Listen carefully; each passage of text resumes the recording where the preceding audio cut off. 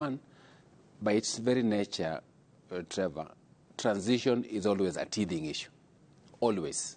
And number two, the reason why the working party was appointed was because of the need to address some of these issues that are problematic. And after our first progress report, you realize one of the things that the ministry was asked to do was to prepare guidelines as to how that transition would happen. Just this afternoon, I was speaking with the Director General of Education and tells me, by the way, Prof, the guidelines are ready, they're just waiting to be released. So I'm sure in the next few days, everybody will have the detailed guidelines, including who is going to teach what, how is everything going to happen. I can tell you, for example, two things. One is, until today, everybody thought, how much are we going to pay for junior secondary school?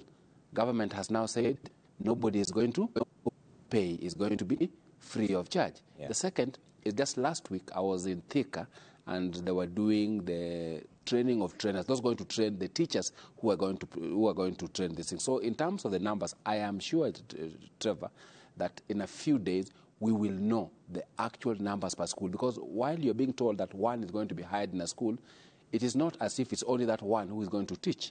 In every school, there are going to be people who have the qualifications. The last time we spoke with TSC, there are people who have diploma, there are people who have degrees, who are in those schools, who will be identified. So I don't think that you'll have one teacher teaching all the subjects. It's not going to be possible. And even from the comments you read, Cynthia says, one, I don't know. Yeah. But on the other hand, she says that only two teachers will teach. Another caller says just 5 of them. It just shows you the lack of clarity, and I am sure in the next few days there'll be clarity from government. But what did the task force find out? How many teachers would be required for this transition to be effective? Because we know TSC is looking to employ 36,000. How many do you recommend? I think the one thing that we found out as a task force is that we required more teachers for us to be able to ensure we have the transition. At that point in time, the debate had to be who was going to teach.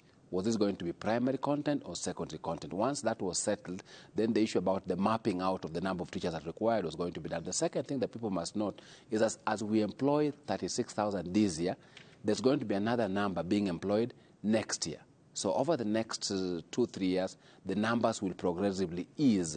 And the thing that we need to appreciate, Trevor, is we are doing this in a situation of economic issues. So we need to balance between what do we sort out immediately, what do we backload in terms of sorting it out.